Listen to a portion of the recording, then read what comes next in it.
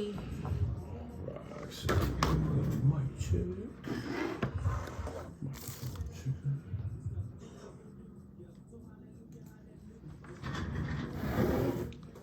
Hey, what's going on? It's your boy JoeThunder back once again. We got a very special guest in the building. We got Lizzy Brodie. What's going down? What up? What's good? Thanks for having me. Thank you for coming. How you doing? I'm excellent, man. Just sipping this Crown, hanging out with JoeThunder. Is that Crown Apple or yes, what? Yes, one of my favorites. It's not too bad, not too bad. I tried the peach last time. The peach is good, but it's not as good as the apple. I said, I'm an old man, so come by like 4 in the morning. I got that heartburn with that liquor. I know. I try to stay away from I've been learning.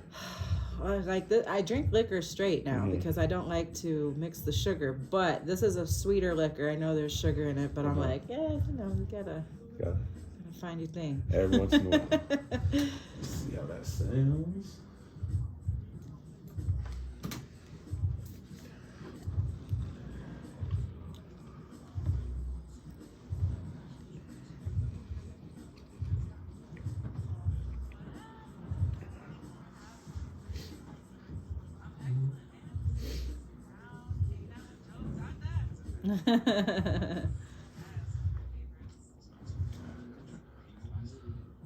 Sounds cool to me. Let's see.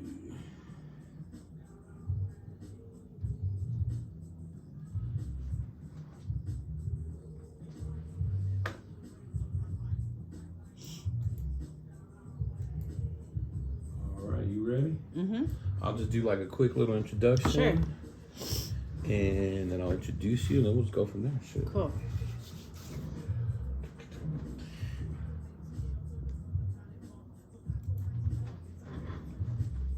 Hey, what's going on? It's your boy JoeThunder back once again with another episode of the Smoking JoeThunder podcast. Want to thank all of y'all for listening, subscribing, sharing, and just, keeping this culture here in Denver, Colorado alive. Real quick shout out to our official sponsor, Be Good Dispensaries over there on 11 West Hampton. And if you're up north, you can find them on 120th across the highway from Boondocks. Quick shout out to the homie Elvis. He can't make it here today, but we got to keep it pushing. And we got another banger for you. I got a very special guest in the building. She is a promoter. She's a, marketing consultant? Yes. She's just a motherfucking hip-hop head. We got motherfucking Lizzy Brodie in the motherfucking building. How you doing? I'm excellent. Thanks for having me. Thank you for coming. It's kind of late. It's kind of cold. Wow, man. I'm a mom. I'm like, I get out the house late. You're ready to get out, right? Okay, see you, bye. There you go. I'll be out. You know what I mean? Oh, yeah, you brought your little party accessories up. I did a little Crown Apple. Keep you warm? It is kind of cold out there. It does keep me warm. I typically like to drink dark in the winter. Dark in the winter? What's your favorite? Well... Do you have a favorite? I mean... My favorite liquor that I like to drink is I'm not going to lie, Peach Ciroc is probably my favorite. On ice, no mixer. I love me some Crown Apple. I do love me some Hennessy. It's hard to knock it. I'm like an OG with it. I've been drinking it for forever. What do you drink your Hennessy with? I drink it straight. Oh, that's what you're just saying. You don't really like to mix. No Why mixer, because I don't need all that extra sugar. The older I've gotten, realized if I want a less of a hangover or even no hangover, do not mix the cranberry, the fucking pineapple, the soda into your liquor. Don't drink that shit all night with your liquor. I never knew that. I mean, I don't know. I mean, I kind of think it's a thing, but for me, I'm like, nah, just give it to me straight. I'm going to sip this like a grown woman is good. I was always told take a couple, ibuprofens, drink a big glass of water, and you'll be straight in the morning. But yeah, I mean, I think that's when you're 20. That shit don't work no more for me. Shit, I'll be out for like 3 days. You know what I mean? I've you learn to pace yourself for sure. I mean, I love to have me some cocktails and everything, but I was gonna tell you, I know you don't try mixers, but you need to try Hennessy and apple juice sometime. I mean, I bet that would probably be good. That's bomb. Okay. My homie back in the day, Dez, R.I.P., showed me that shit. He used to get this little apple, the little ones that look like an apple. Yeah. And Hennessy, that's so good. Sound like it would be. Right. So kind of tell them how you kind of made your way to Denver real quick. So I followed my older brothers out here. My oldest moved out here for a job opportunity. My second oldest brother just needed a fresh start. He came out here and I was in a lot of I was getting into a lot of trouble back in my hometown, and Right. I was getting into a lot of shit. My brothers were kind of like trying to convince me to move out here for a couple years, and then some shit happened, and I was finally like, boom, I'm out of here. I got to do it. I'm out. So I did, and it was definitely one of the best decisions that I made in my life. That's dope. Yeah, so I've been here since 2009. Yeah. I know. I'm like, I'm kind of So on you're OG full-fledged. out Yeah, here you're- a little you're bit. I'm like, I've been full-fledged. growing with the city a little bit now, so. So let's rewind real quick. You said you grew up in Vermont, right? Yes. How was that growing up there? Growing up as a kid, it was the shit. We lived on like a 3 acre, 2.5, 3 acre property, really rural town. My brothers and I mean, we'd be outside all day. We'd be at the brook, fishing at the pond, catching frogs and shit. Like in the All winter, that we'd shit be as a kid, when kids I mean, were kids. literally, it was like the shit. We'd ride our bikes all over the place. Like our parents really didn't care. Our dog Boomer, he'd come with us everywhere. But then as I got older, like 17, 18, That little 19. small town syndrome. Oh my God. I mean, there's just not a lot of opportunity. And so, then I found myself in some shit. So What was like growing up in like a small town? Was it trying to suck you in and you're letting it a little bit? You're trying to get out, or? No, I honestly didn't even have, I just didn't really have a lot of ambitions. I didn't know what I was passionate about in life. I was just like down to party and make money, and Were you thinking you're gonna be there your whole life? Is that don't- where you I kind of were honestly, stuck at? I don't really know. I don't think that I mean, I think I thought about it, but yeah, I really didn't take until I was like 23. Like I said, some shit happened that I was like, I have to go. I'm leaving. I cannot stay here. So, I mean, I was kind of just like doing the most. Were you listening to hip hop at an early age, or? Very early. What was some of the first stuff you first heard? Oh my God. A lot of Tupac, a lot of NWA, West Side Connection, The Firm, Snoop. You're saying a lot of West Coast for being in Vermont. Yeah, this is, I always tell everybody, I'm like, I grew up with 2 older brothers, so I'm like this little sister, and I just wanted to hang out with them all the time. So they're listening to, and this is back when we'd get like the little Columbia CD, The fucking buy one get 10 free or something. Buy one get 10 free, Yeah. and I used to order shit.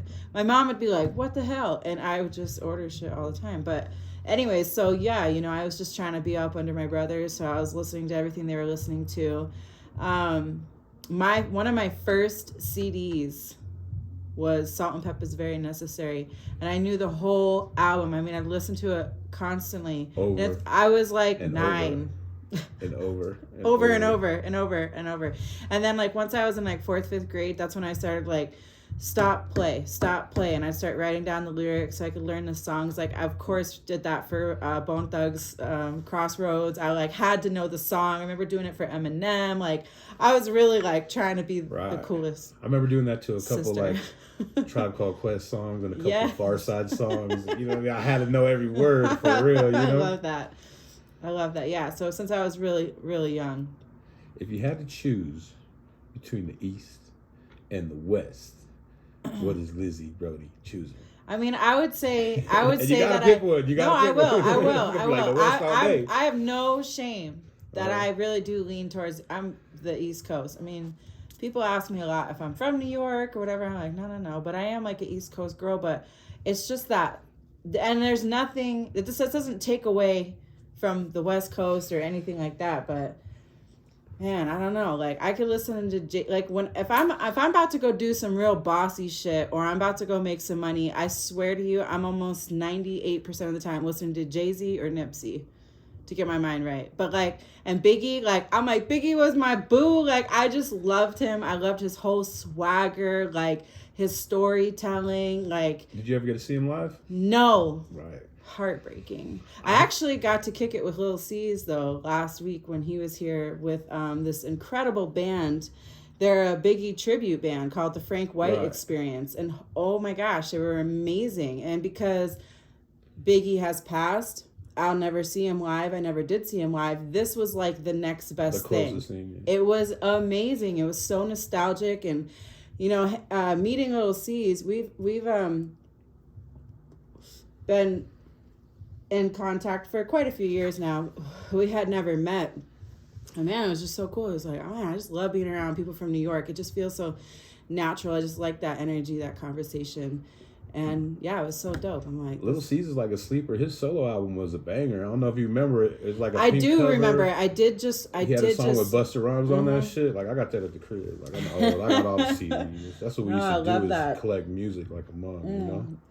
I still have my booklets of CDs. I won't get rid of them. Oh, not at all. The I cases can't. are nothing. You know what I mean? Fuck the cases. I got the CDs and the booklets. I used to love reading like the credits inside of a booklet, the thank yous, where it was like written by the artist. I mean, they don't do that no more. Nah, they don't do shit no more. It almost was the they've lost like a lot. I love the tangible, you know, like, and I still like I buy vinyl here and there. I've just really started. I mean, as many rappers as I've been around, amazing people in the industry, I just barely have started to actually build my own memorabilia collection. Like I have a Air Force One that Method Man wore 1420. He signed it. I got a Blackout album signed by both of them. I have a Fat Joe signature. I got a Nipsey signature. I got a Lil Kim signature. I got some like, man, but I'm like, if I had really put forth like thought into it. No, I know exactly what you're talking about. Because mine is before. So when I was growing up as a kid and teenager and even older adult, like I would go get autographs. That was my thing, sports and musicians. I love that. But then when I started doing the music, it didn't sit right. So I would like refrain, you know, I would totally, even with pictures, like I kind of refrain here and there. And da-da-da-da. And even just till last time I was like, fuck it. We got the far side here. I'm bringing my album. I'm getting this song. But I've totally like know what you're saying. Like I was the opposite. So I have tons of shit. But I really haven't got too much stuff as far as being in the music because it's like I'm not trying to be that. You know? I know, mean? And that's kind of how I mean honestly, like I might fangirl out a little bit on the inside, but more than anything, I just have always recognized that these are just people too. And if you treat them like regular people, they're gonna treat you like a regular person. I mean, most of them. I mean, you don't. Right. It's just I've seen a lot of shit. I mean, really, it's being around Redman and Method Man, and those are really like my closest allies in hip hop and the music industry. They're like my family, and wow, I saw a lot of crazy shit. I've seen a lot of thirsty ass shit. I'm like, bitches are fucking crazy. But like, I could never be like that. I could never do that. I'm like, do they think, does this work? This must work. Like this is, I mean, I've seen some shit definitely not work. Like, but I don't know, man. I mean, they're just people. Seen it all, They're just people. Just treat them like regular people, man. You make those connections and it's genuine and real, then. That was going to be one of my questions, but I guess we'll get to it right now. Sure. Who is, you know, either rapper or rappers or group or whatever, who has been the most like amazing, like just where, you know what I mean? Like just the coolest ever. Oh, like that I've met? That you've met, yeah. I mean, you know, I guess. We're going to go back and forth on this. Yeah, there's so. Because we can do that. I already know we can do that. We got both good stories. Redman really is so humble. So humble and funny and goofy and like, but he can also be pretty serious. He's a really good, you know, I actually met Lauryn Hill once. And I was like shaking nervous because I'm like, does she hate white people? Is she going to be a bitch to me? Like, because, you know, you hear all these like rumors and these things, but it's like, I don't give a fuck. I love her and I love her music. She was so incredibly sweet to me. It was like insane. Nice. I was like, oh, thank you. I was like practicing what I was going to say to her, like whatever in my mind. I mean, I was just nervous. I mean, she's like a superstar to me. So, I mean, she's in her own right, you know, but whew. I think one of my favorites or best was getting autographs at the airport. And there's a summer jam, I want to say. And we see the Youngbloods. Oh, Sean Paul and J-Ro. And, you know, we're getting some albums signed and shit. And I started talking to Sean Paul, and I was like, oh, man, you look like you just woke up. I was like, you do it right, bro. You smoke a blunt, you get on a plane, you wake up. He's like, yeah. He's like, but I ain't got nothing here. I was like, what you need? But this is way before. This is way before medical, for everything. Sure. Yeah. And he's like, shit, if you could just hook up a quarter or something, you know, I'll pay you, da-da-da. So, all right, called up the homie. It took a mission. Like, that was that day when, you know how back in the day when you needed chronic? Like, you know what I mean? Yeah. It ain't happening. But we finally, I want to say, I called, this is funny too. I called a person that I said I would never call for weed. And he's been on the podcast. And his name is Pincho Sack. Oh, Lord. And I said, I would never buy weed from Pincho Sack because he's going to pinch my sack. And I'm not going to be happy. You know what I mean? He's the only motherfucker that answered that day. And I went and met up with Pincho Sack. And I got You're a like, quarter. man, bro, just let it weigh, please. Just let it Oh, he was be. cool with it. You know what I mean? It was just one of those things in your mind. You know what I mean? Yeah. So I hooked those cats up. You know what I mean? Fucking, they took us to the club with them, the after party. Like, we went to the concert. You know what I mean? They took us to the club. I remember 1,000 people being in line. We go through the side. We're in the VIP where you got to get through 3 rows of security. Oh, what a vibe. So fun. And Ja Rule's back there. Fun. Who's the cat that did Tipsy? Everyone get Tipsy. Oh, Jaquan was in there. Jaquan. The Young Bloods was in there. And like I said, mind this is before like weed's legal and everything. We're in the VIP. You know, we got a quarter too, so we're smoking big and just doing whatever the fuck we want. These fools got bottles. You know what I mean? And it was fun. That's the coolest shit I've ever had. You know what I mean? That's so fun. Now I got to do the reverse, though. Okay. Who's the biggest asshole or biggest dickhead you've ever met? Oh, man. And I'm going to come with one, too. That's cool. Let me think about this really quick. Because they're out there. Like, 99% of them are cool as fuck. But you get those ones that are just fucking... Okay, you know what? I'm going to say this. I fucking... Afro man. I do not fuck with him.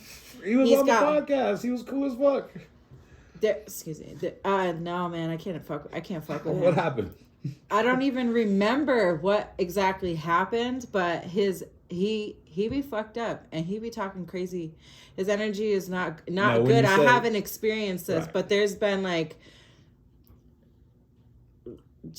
I don't know. I've just heard stories. I've heard quite a few stories about him. Fucked up and talking like recklessly. Like reckless to women. Yeah. Like being super sketchy. Yeah. Like doing super weird shit. Like he's like doing some blow and smoking some weed and drinking some shit. And I don't know. But I mean, that's like somebody that I'm like, I'm cool on, like for sure. Like I will say this story. It's not really like he was an asshole, but it was just a disappointing experience. We'd say this. So, Mobb Deep, before Prodigy passed, I was so fucking excited. I mean, we were just listening to Mobb Deep. I know like every fucking word. I fucking love them. But their energy at the show, and I was backstage, I was kicking it. Is this the one at Cervantes? Yes. Okay. This was at Cervantes. And they just were like on opposite sides of the green room. Like they just didn't have a lot of brotherhood energy together. You could kind of tell. It wasn't meshing.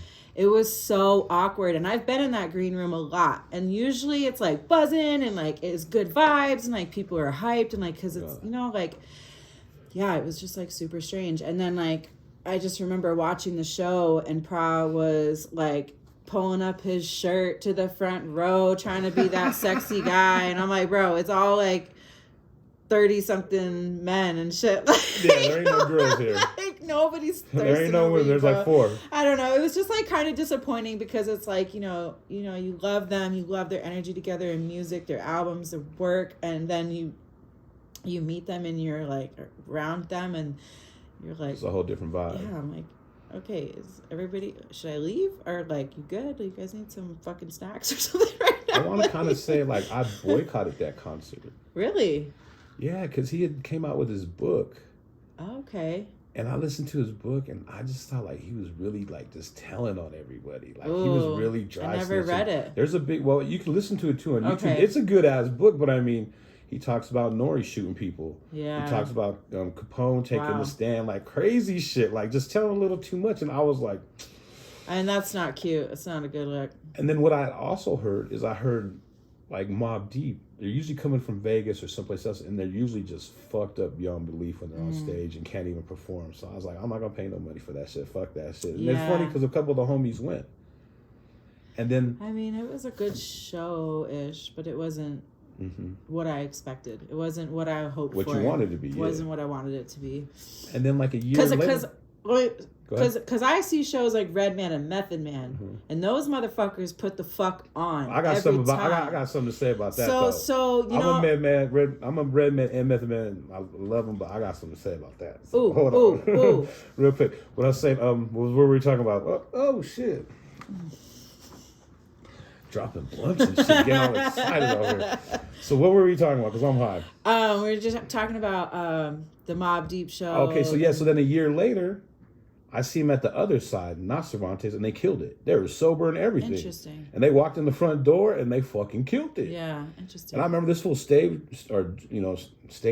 dove. Yeah. And fucking hit the floor on his head. Oh hell! Like everyone just, boom. Yeah, it was funny, but they kind of killed it that time, and I was like, That's tight. See, I feel like it would be better if I seen him like in New York or something, Yeah, there you go. Back in the day. Okay, so what's the tea on my people though? Bro, I love these Red are my Man. People. Love Method Man, big fans. Yes. But I stopped seeing them. I stopped going to their shows, real talk. Because one year, they were making the tour. They're making the rounds in Colorado. You know what I mean? They did Denver. Yeah. They did Fort Collins. Is this the Blackout 2 tour? I don't remember. And they did one more. And where did they do? Hold on. They did Fort Collins, Boulder, and Denver. Yeah. That's about right. And I went to all 3 shows. I know what you're going to say. And that shit was scripted to the jokes. Yeah. And I get it. Y'all did this shit a million fucking times. But throw a little fucking... Yeah, you know what? I've actually talked about that. And it was literally like, I mean, the first time I seen it was cool, and then like the second time it was downtown, I want to say at kind of next, on the block before Vinyl. I can't remember what that place is, but it's a crazy place. And he did the same jokes and same laugh and same everything. I feel you. I feel you on that. Because I know, because I've seen their set. But in recent years, I'm going to say, they have definitely switched it up. I remember multiple times being like, oh shit. Like, because, man, like, I have a dream, right? Mm-hmm. This show is a dream of mine. I really want to do something with Meth, but I really love, Meth has so much more in his catalog, and I know that he's really passionate and focused on his acting and stuff. I mean, of course he loves music and he's always still going to do shows.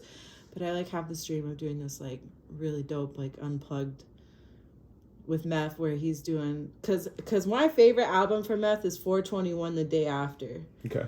I got that on album. So that's got some fucking songs on there. Like songs, I just think for that time of my life, I was like... It just meant a lot to me. It resonated with me much more. But like some of those songs live would be fucking incredible. So I feel you, because as a fan, you don't want to see the same. You don't want to hear everything. You know. You want the show to feel genuine. You want to feel like. Yeah, I know. I get that. Okay. So I'm thinking, like I said, I'm old, so I listen to everything, like good music. I listen to Grateful Dead. And that's the one thing that I gave them is they had 1 million songs, but each playlist, each show was a different playlist, show, and their fans would record those tapes and trade those tapes. So they have Madison Square Garden, 1980. That's really really dope. Show 1, and that playlist is way different from show 2, show 3, and then even when they go to Baltimore, the next week. So I would think just as like. I don't want to call them old rappers, but when you're just older, you want to like mix that shit up. Y'all know your words to your songs. Yeah. Well, I'm going to encourage you to catch the next show. Well, I seen them at the Wu-Tang shit. I mean, that wasn't them solo, but I mean... I'm going to encourage you to hit the next Red and Meth show and see if you don't feel differently. And another thing, too, is one of my favorite groups of all time is A-Ball and MJG. So you saw them at Cervantes. They were in Denver for 420 a couple times. You didn't go. I didn't go because of the Red and Meth. Man. And then they stopped coming. You should never do that. Never do that again. Right. Never do that again. I always am encouraging people like always go to shows. Yeah, even if you just want to see the opener. Yeah, I go to tons of shows, but it was just like this. And then during those years too, they were like, you can't smoke in there.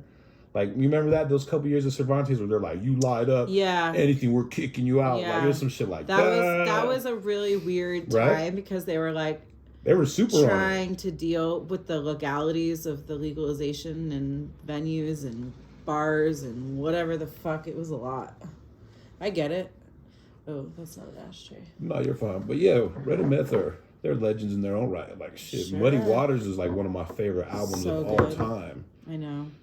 And you know, I wasn't even really a Redman fan or Method Man. I mean, I was, but like not really until I was like a teenager. And my brothers were listening to them when Muddy Waters dropped. Like they were like, can't wait. So like one of the proudest moments of my life is just being able to bring my brothers around them. And like, cause that's just the coolest shit ever. Like it's such a fun dynamic. Like I'm so thankful for that. For sure. But yeah, like, you know, it's crazy. Who are some of your favorite MCs? Oh man. I love Talib Kweli. Okay. The Roots. Man, I like Nipsey, Jay-Z. I'm just like, honestly, like I'm such an old school girl. That like 90s it's shit, so yeah. hard for me to like even with music. Okay, so say a song is hot right now, everyone's listening to it. I'll love it in 5 years. When it becomes a throwback and I'm like, oh shit, that feeling that I get from music that is nostalgic and gives you that feeling like, oh shit, this was my jam. Like, and just kind of like that 90s era, the golden era is just, it's unmatched. And it's just like what I love. So it's hard for, I try to listen to newer music and I do have like the artists that I listen to, but you know, I'm still always going back and playing like. It's kind of hard to listen to it. It's not hard that it's hard to listen to it, but it's hard to stray from the old shit. Like for a new rapper that I really, really like, and I'll say he's an MC, is Corday. I don't know if you're familiar with him, but man, like his biggest influence is Nas. So that alone tells me something. I'm going to understand what the fuck you're talking about if I listen to your music. And sure enough, he's really like that. He's really, really, really, really dope. Do you listen to the radio at all? Oh, yeah. I listen to the radio a lot. I listen to 104.7 The Drop a lot because I love what an array of music that they play. I mean, on Sundays, you can get gospel and you could get like Michael Jackson and then like fucking 50 Cent in like the same 5 minutes. I listen to KS 107.5 a lot too. So, you know, I'm hearing like the hot songs, you know, but the hot songs are not always the hot songs. Like you said, I'm looking for the B-sides like you that's going to make me rock. Yeah. I give a fuck less. Or like you said, when it gets to my universe. Yeah. You know, but, you know, I feel that doesn't really happen though, I don't think. It happens more than you think, at least with a couple of stations. I mean, in KS 107.5's definitely started playing a lot more like older music in recent years. I know the other day I was riding and I think it was like Doja Cat, but the next song was fucking Cameron. And I was like, okay, you know, like that shit made me feel like, oh, look, my song is on. Snuck some in. Swear. But you know, like I also grew up listening to like a lot of classic rock and like 90s pop, and like I was a teeny bopper too. So I'm very like musically cultured. So sometimes I'll put on whole other stations. The only music I really don't really listen to is like country.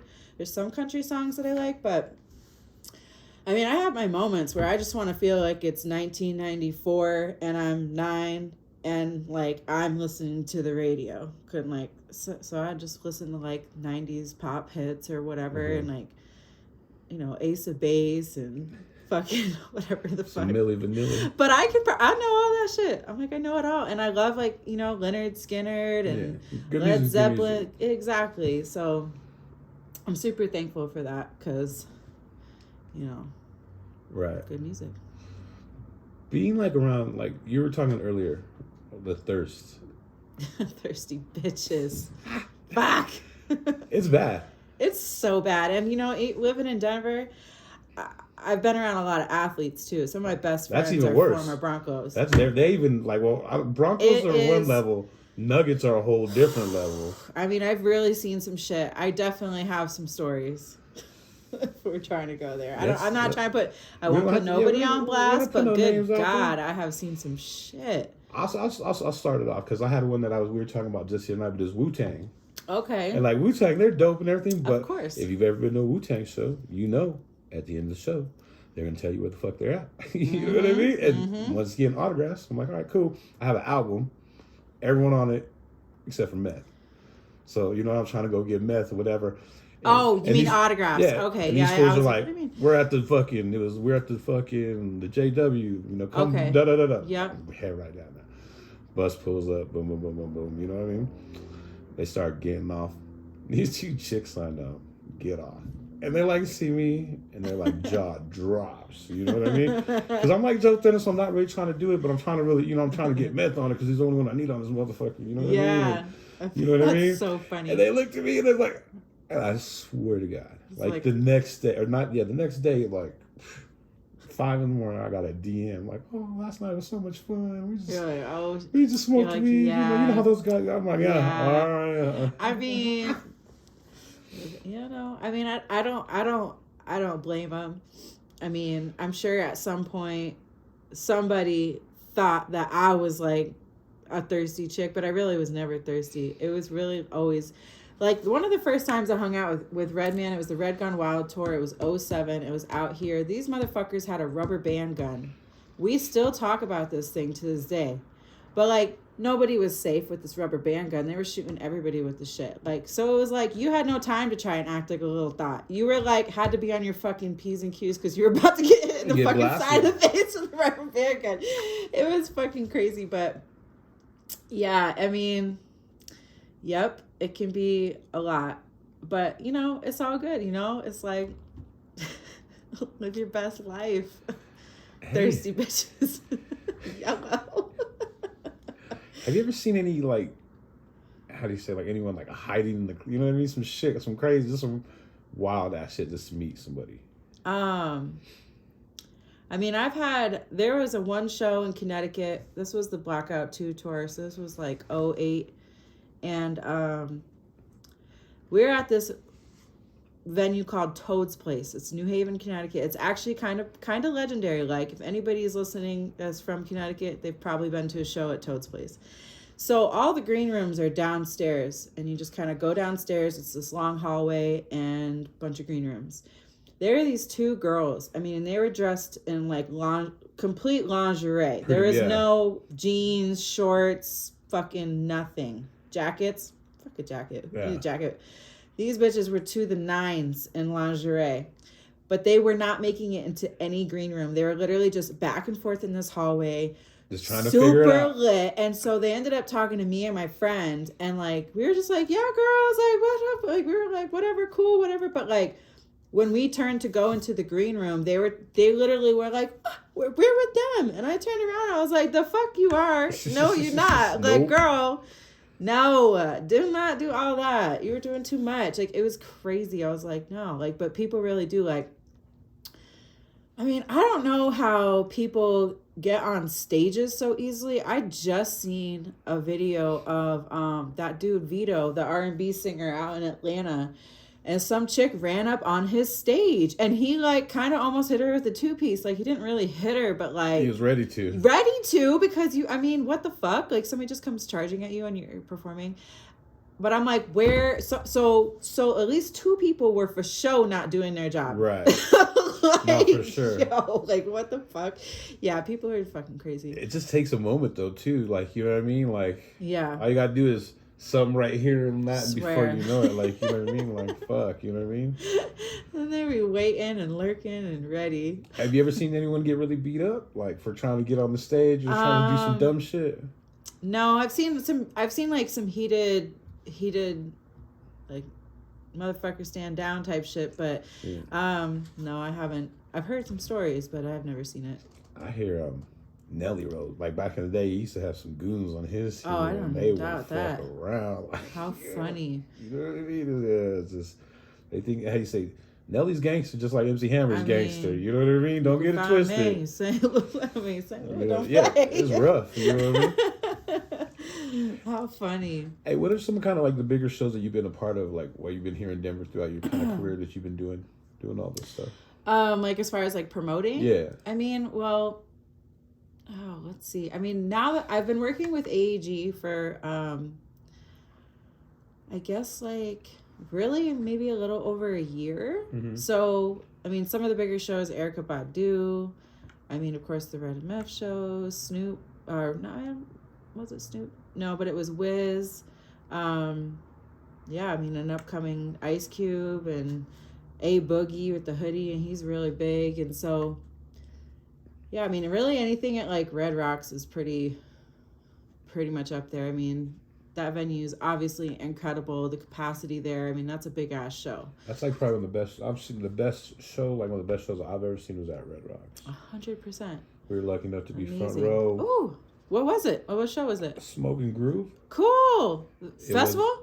Yeah, it was. Okay, I was at the Smoking Groove Festival in LA this past year, or a couple. This is a while ago. Remember, I'm old. No, I went to the Smoking Grooves Festival in LA just last year, but I didn't know how old this festival is. Oh yeah, it's an incredible fucking. I think I went to the second one, and it was Black Eyed Peas open. Wow, dope. They're brand new, dressing crazy. Like, who the fuck are these crazy looking motherfuckers? Like, for real, like they might have been the first. Not skinny jeans, but skinny motherfucking pants. Right. Because I was like, first, I mean, they was cool, but it was like, what the fuck? They were very eccentric. Then after them, I want to say it was like Gangstar and M.O.P. Fire. And then it was Busta Rhymes. Guru is my number one favorite MC. He's one of my top three.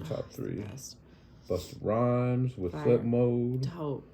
Wyclef and Cannabis. Public Enemy and Cypress Hill. Wow. That's such a dope show. And Cannabis was painted gold. With a big ass fucking lion on stage.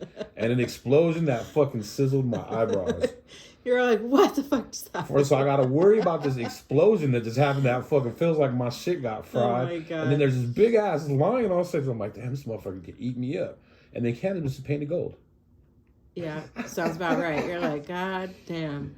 How funny. Love that though. That's super dope. Funny thing about Wyclef, like, definitely telling a musician and the whole nine, I can't fucking stand his music. Like, his solo shit, I'm cool with. Yeah. Fuji shit, dope. His solo shit, But as a his performance, I would pay to go see him. Yeah. And I paid to see him, and his performance is A++.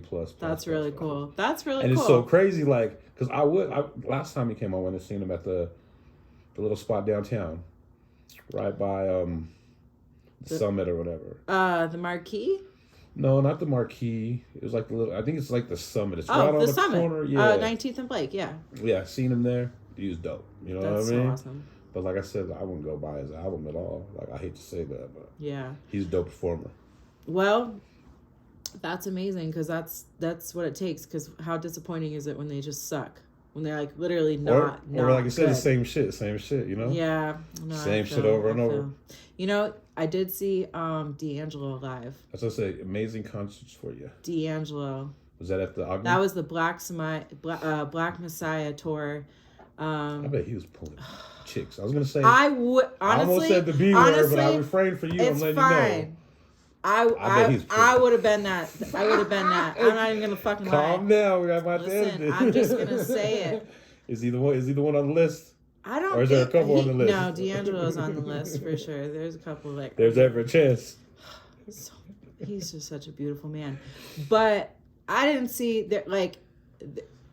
You know, when you're around shows, like, you know, you can try and like see like what the vibe is, like if it didn't look like that at all. Look like he's like untouchable. Oh, that's that. But man, it was an amazing show. I mean, it was like, first of all, that Black Messiah album is incredible, and I still listen to it front to back to this day.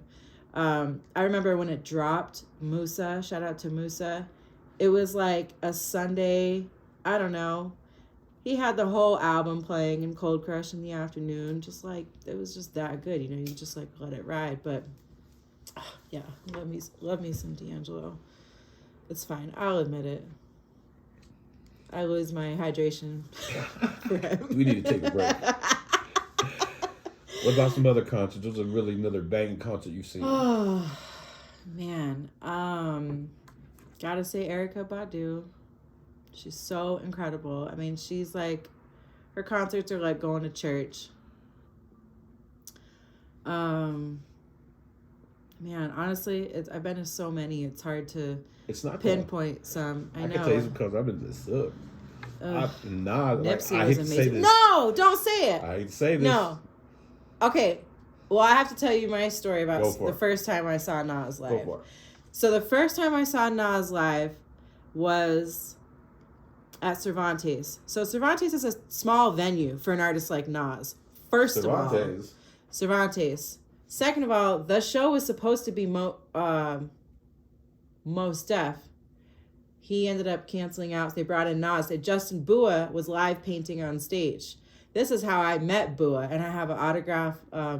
I actually have a couple things by him autographed, and shout out to Justin Bua because he's the shit. But yeah, so Nas at Cervantes. It was the first time seeing him. I just remember him performing one mic. And I mean, really at Cervantes, you're not far from the stage wherever you are. I think their capacity is like 1,500 maybe. And I remember exactly where I was. I remember watching him perform that, and it was so emotional. I cried. I fucking cried because, you know, I mean, when you just really connect with certain music, certain songs, artists, and then you hear it live, and sometimes it can be really fucking emotional. And that's, I can't be alone in that because I definitely, like, if I'm crying at a concert, it's church. I needed that shit.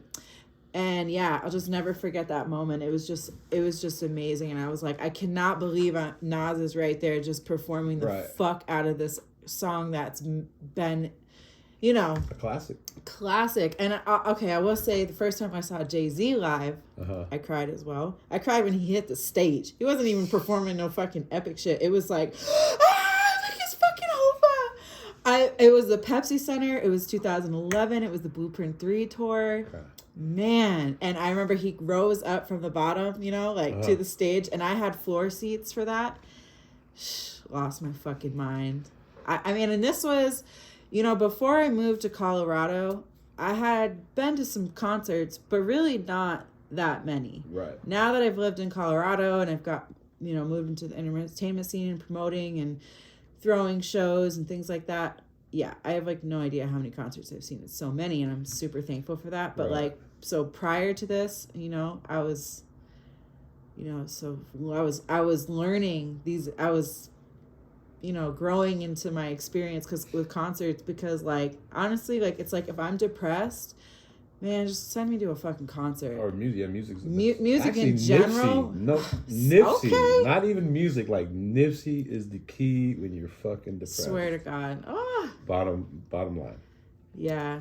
Nipsey's music is so uplifting and inspiring. He's the shit. It sucks that we lost him at such a young age. You know, I gotta say this. I was distraught when all this was happening, when the news of him being shot was reported that whole night. I remember we were just checking online and trying to like follow and see what the fuck was happening. And then when it was that he passed, it was like, no, this can't be. I drove home from work because I was at work. Anyways, I remember driving home, I'm listening to Victory Lap, and when Double Up came on, as I'm pulling into my complex, that was when I lost it. Fucking lost it. And so I remember talking to my boy Omar, who's from Cali. Shout out to Omar Bolden. He's a Super Bowl 50 champion, that boy. But I was texting with him, and I'm like, man, it just, like, it wasn't his time. He had so much more to do. And I remember Omar said, but maybe it was. And I thought about that, and it put into perspective, like, you know, his passing in a positive light, because I started to think about it like this. If Nipsey had gone on to live a full life, 100 years, would he still have had the same impact? I don't know. I can't say that. Sometimes things can, because now it's like, I think he's different though. I mean, think the he's movement, 100% I think the movement different. he was on was just something different. Like, you know what I mean? Like, come on. Oh, like, he was like the next Diddy, but like better, but like can actually rap Diddy, but like business mogul and like. Well, just for the community. How many people right now do you really see doing a lot for the community? I mean, Trey the Truth is somebody that gives a lot, but I mean, he's like legendary for what he does in Houston. But you know, there are people, but I mean, they're different. Yeah, they're different, and Nipsey definitely was different. But that just gave me, I mean, whether it's true or not, it just gave me that perspective of like he did everything he was supposed to do. I mean, I don't know. It's hard to justify a loss like that. I heard something today that Mike Tyson said, and I don't remember who he was telling, but he was telling a youngster, and he was talking about just blowing all his cash and hooking people up with like cars and not, you know, giving a fuck. And he's like, I don't remember the word he used. I don't think it was legend, but he's like a real like whatever. He said like a real legend doesn't buy themselves shit. They buy other people and set other people up. You know what I mean? To succeed. Right. That's a real G. Each one teach one. Yeah. I mean, that's the core of like being a good fucking person. You know what I'm saying? Like ego will destroy so much. And one of the biggest things I've seen in business is people with egos do not want to, they're greedy. Right. They don't want to put people on. But you will find that your blessings will multiply when you can like learn the game, turn around, teach it to somebody else, bless somebody else. I mean, your blessings are going to come tenfold. That's just how the universe works. So, but you know, Nipsey, like this is kind of the thing though. Like Nipsey is such a legend. I mean, he was and is right, but now that with his passing, it's like I feel like his music could be like studied. Like I have a show called Lessons in Hip Hop where I talk about, it's a little YouTube show, little something, but I talk about lyrics of songs and like, like what they were talking about, breaking down the lyrics essentially or whatever. I definitely have a couple Nipsey songs in there. No, for sure. He's definitely saying something. He's not, you know. Yeah. He's telling stories. Yeah. You know. But I think he could have definitely been greater, and I think like, you know what I mean. He was really about the community and the youth. Yeah. And he wanted to resurrect, you know, that whole area of Slauson and Crenshaw. Yeah. And you don't see that really. Like I said, there are people that do it, like you said, but everyone should be fucking doing it. Right. I'm not gonna say the person's name. But who's the biggest piece? Think in your mind who the biggest piece in the rap game is. He's a rapper. He has a rainbow colored hair. You know what I'm talking about? Rainbow? Rainbow colored hair. The motherfucking 6ix9ine boy? Yeah, I'm not gonna say his name, but fuck that guy. But what about him? He's always. It's probably publicity stunt shit, but he's always giving motherfuckers money. He's always fucking. He just bought like 20 chicks like fucking Birkin bags the other day, like for doing his video. Like, and he's always. I know it's a publicity stunt, and he films it and he's putting it on. And I'm not giving him props or anything, but you see him giving a gang of fucking money out. Yeah. And I know what he's trying to do, but I mean, you know. Well.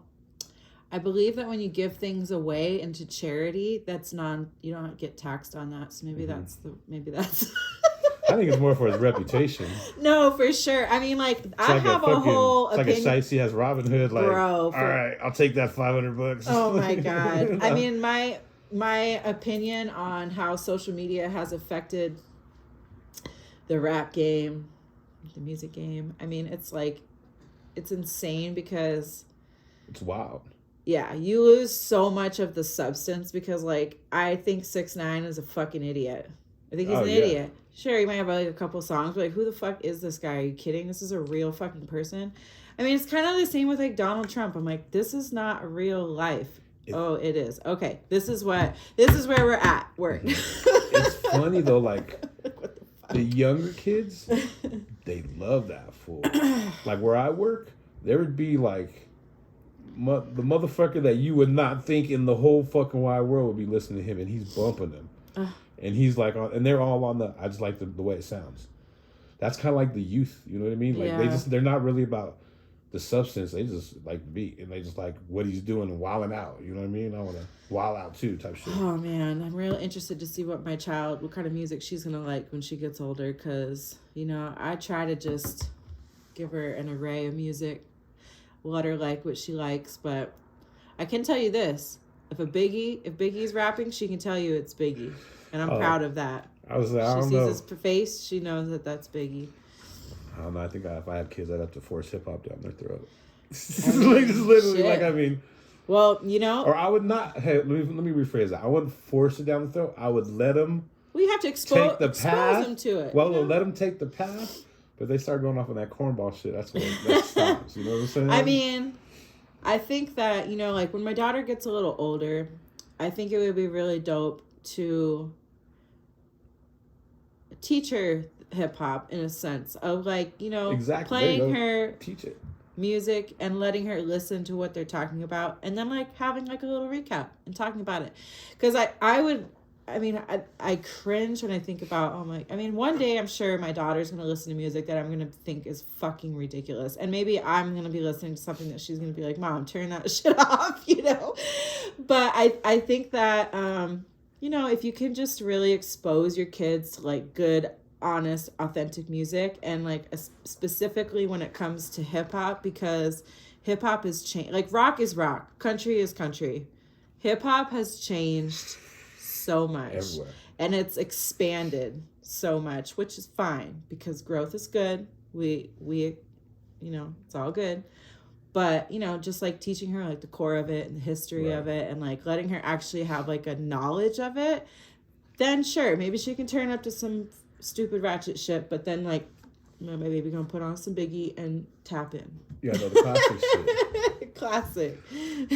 Hey, talking about kind of like all this stuff, being that we're kind of on the subject, what do you think of all like the violences that's kind of been happening lately? Like, I mean, it seems like literally every other week someone's getting killed. Like, it's so tragic and so sad. Because can I say something real quick? Because I just kind of thought something. It kind of reminds me. It kind of goes back to what we were just talking about with the youth. They don't want to, how do you say? They don't want to gain the knowledge. They want it like with the whole PB and rock thing. Yeah. Like when you go to LA, you got to know where not to go. Right. But if you're just on your phone and Googling Roscoe's and pick the first motherfucker that pops up and you go there, you know what I mean? Ugh. And you're like just, with your girl doing you draped up and dripped out, you know what I mean? Terrible. In a $100,000 car in the parking lot. Like, I mean, that's what I'm talking about. Like not taking like the precautions or really kind of learning or paying attention to what's kind of going on. You feel me? Yeah, I definitely feel that that is very important, especially if you're going somewhere you're not from. Mm-hmm. I mean, but in general, when you reach a certain level or you're looking a certain way, like security, and not even security, but awareness. Somebody's got to be you got to find an OG in every city that you can count on, that can show you the ropes, literally. But then look at the takeoff stuff. Yeah, that shit was with the crazy. OGs. But then it's like, But when you're on Amigos level, you do not need to be in the bowling alley shooting dice. If you really want to shoot dice like that, go to Vegas or go someplace else.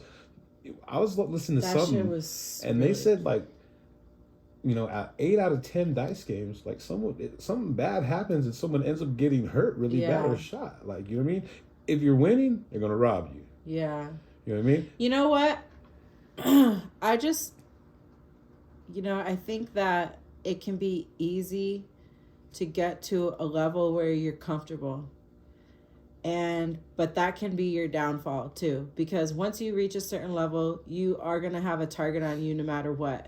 It's important to have people around you in your crew, OGs, and, in the city, something, connection to people that can, at least help you out. I mean, shit, I don't want to be lost. And I don't know, man. And then it's just tough because I feel like music is really easy. It can be a really easy come up. So you can literally be working in the streets, from the hood. That's your lifestyle. That's what you were born into or whatever. That's just where you come from. But then all of a sudden, I mean, and the way social media has affected how people live and how people are not so private, like, you know, checking in, for example, when you're somewhere, like, I don't fucking check in nowhere. I might post some shit for at real. my I mean, concert, but I don't say I'm at fucking Fillmore or at fucking any place. It's super tough, but you know, the music game, I feel like, is it easy. It can be easy for a lot of like people to come up with, like, into, not just like the artists, but you know. Well, someone said this the other day. I don't know who it was. I'm not worried about the rapper. Right, exactly. That's what I'm worried saying. about like, the people that are with him. This is the easiest route for the homies to also come up into as and well. Get stripes and all that shit. And it's just so sad because, like, can't always have your homies around or your homies. You just don't know what people. I don't know, man. And I just have to shout out my boy Scotty ATL. Scotty really taught me a lot about really checking who's around you. And like, Atlanta is dangerous. Atlanta can be really, really dangerous. He's lost close people to him. And he's just, as long as I've known him, like 6 years now, he's just always really, really, really, really mindful of his surroundings. You have to super mindful of the people that are around. If somebody is weird, he get them the fuck away. Like, and I for one, appreciate that. For two, it also has kind of coached me in a sense of like, keeping your awareness is everything, because you just never know. And when you are successful and popular, you have a target, period. So I mean, going back to another situation too, Draco the Ruler at a concert backstage with his about 10 people, and then 50 motherfuckers come in, and look what happened there. Same shit. So you're not safe fucking anywhere. That's so crazy. I was telling the big homie just the other night, I wanted to go to that concert. You know what I mean? Because it was like 100 groups. It's fucking everyone you can think of. And I kind of started thinking about it before I was getting ready to get a plane ticket. And I was like, hold up. I'm like, we got like 100 groups. That's 100 gangs. Yeah. We're not even talking about the crowd. Yeah. And the crowd, are going to be another 100 gangs. That honestly. And I'm a big dude, tatted. Like, I'm just doing, I'm not paying no attention really. You know what I mean? Like, I am, but I'm, you know what I mean? Just kind of going with the flow. But that's not a good situation to be in. No, and that's definitely like, so, okay. What's the most hood show you've been to? The most hood show? Like the most. Oh, I know exactly. No, I know. I got a couple. I was going to say, okay, the one that I could think of that comes to mind is, I don't even know the place where it was at, but it's kind of off Federal and Mississippi. It's like this little place in the cut between Federal and Sheridan, but motherfucking Project Pat. Wow. You know what I mean? Wow. When was that? This was like, this was about like probably 7-8 years ago. And none of the homies wanted to go with me. And I'm the cat that if no one wants to go, I'll roll solo dolo. Yeah, I'm the same way. And like, I went there, and that is the hoodest shit. It was a bunch of Mexicans, bunch of brothers. And like, people were just getting, not them, but people were just getting into it, and they're taking people out left and right. And motherfuckers like, I'll be in the parking lot when you get out. And it was like wild as fuck. That's and like, crazy. It was funny. They were like, there were no white people there at all, except for 2 people, and they're the homies that were graffiti writers, cat AC, and I want to say this cat Cover. They're the only white dudes there in this whole, and it was like, I'm talking like, just motherfucker, everyone you're crossing looked like they just got out of the jail, got out of the pen, straight tattoo, like yoked up, like ready to fucking fuck shit up. Wow. And besides that, seeing Brother Lynch at the Roxy when he's doing his kind of ICP shit, that shit was crunk. That shit was like, wow. Yeah, I've never seen a show like that, but I feel like it would be an experience. Just those fools are crazy. Like, I was on Colfax one time, like at 7-Eleven or some shit, and they had just let out a concert like ICP, and there's juggalos everywhere. And like, somebody starts some shit, and this motherfucker does the whistle. Before you know, there's about 200 of these motherfuckers fucking these fools. I'm just like, God damn, like, that's you don't crazy. fuck with him. Yeah, like, that's crazy. Yeah, what about you? I think one of the most hood shows I've been to, like, I won't say it was a Jeezy show. It was Jeezy at the Ogden. Okay. But it was blue flags everywhere. Yo, No, but it was honestly like, and I'm pretty like aware, like I'm mindful of concert crowds 100% because I've been to so many. I've seen some shit at some shows. Like I don't want to be near it. I don't want to be a part of it. So especially towards the end, you start to just pay attention. But this Jeezy show, like, oh, you gotta leave early. I didn't leave early. Nope. I didn't have. I swear though, it was like one of the best energy shows I feel like I had been to because I'm like, everybody is just rapping the shit out of song after song after song, and Jeezy's really got that real like bossy type energy. And damn, was it that concert where like there were 1 million free tickets? You kind of know what I'm talking about. I don't know. I have no idea. So back in the day, like I want to say this was some shit they were trying, but there was a 50 Cent concert and there was a Jeezy concert. And what they were trying to do is like really break it down. Like those places are general admission, but they're trying to break it down where like front, first 5 rows like $1,000, some stupid shit. You know what I mean? Huh? And they didn't sell no tickets for that shit for both those shows. And they kind of did in the same way. And I remember like the 50 Cent show. Like my homegirl Shorty that worked the radio, she's like, "Fool, I got 1 million 50 Cent tickets. You want some?" I was like, "Yeah, I'll take some." She's like, "How many you need?" I'm like, how many can you hook me up? She's like, "Whatever you want." I was like, "Whatever I want." She's like, "Get 25." She's like, I was like, "Let me get 10 of them." You know what I mean? Like, I gave it to all the homies, and like, we got there, and like, he started to perform, and like the first 30 seconds was kind of whack, and I was like, "Oh, it's gonna be one of those shows." And then they got the sound right, and that fool killed it. Really? Oh my God! Killed it. I've never seen 50 Cent live, and I really want to. And that the same thing with the Jeezy. Jeezy killed it too, and they were trying to do the whole shit where they're trying to section it off and charge ridiculous price, and they didn't sell anything. And I got free tickets for that shit. Same thing. And I remember my homie Verbal. He was like some hustler fool that sang CDs, like a rapper. Yeah. Notorious Denver CD slanger. And someone came up. He was out there slanging CDs, and someone gave him a 30 stack of fucking those Jeezy tickets, and he sold them for like $5 a piece. That's but fire. You know what I mean? But it was like, well, man, I'm not sure, but yeah, I just remember I was up top at the Ogden. I remember looking down, and it was just like blue flags I've been there everywhere. for the game like that. For real. And that can be like YG shows, but I don't know. Like I have not had a bad experience, but that's always in the back of my mind, like, cause I don't know, people be tripping or whatever. But I'm like, once that gangbanging shit starts happening, I'm like, oh my God, I gotta go. My homie told it's time me for Lizzy to leave. Shit. My homie told me he had seen Nipsey and the game at the Ogden when they were on tour, and they did a tour. Oh, wow. Yeah, because I always wonder how the fuck that shit worked out. Because now you really do got Crips and Bloods together. Because that's legendary fucking shit. But I mean, yeah, for them doing that together, amazing. And then like Nipsey and YG doing music together, and like what that meant for, these people that come from this culture and everything. Amazing. But you just don't always know that everybody in the crowd is going to be feeling that shit. No, you know what I mean? It's just so scary.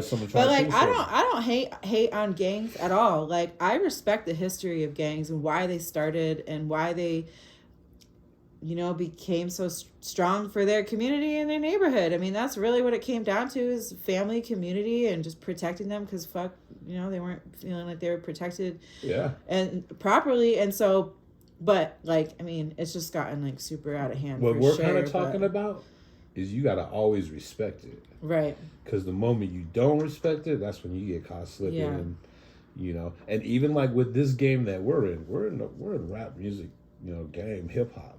That's just dangerous. It is. They might not have some of me, but the motherfucker I'm right next to, you know what I mean? And I'm right there. Or thinking, you know what I mean? They could think a million things. So we always got to keep our heads up. I think we're going to take a little break. You know what I'm saying? Okay. And then we'll come right back and we'll give you some more knowledge. For sure. Be right back.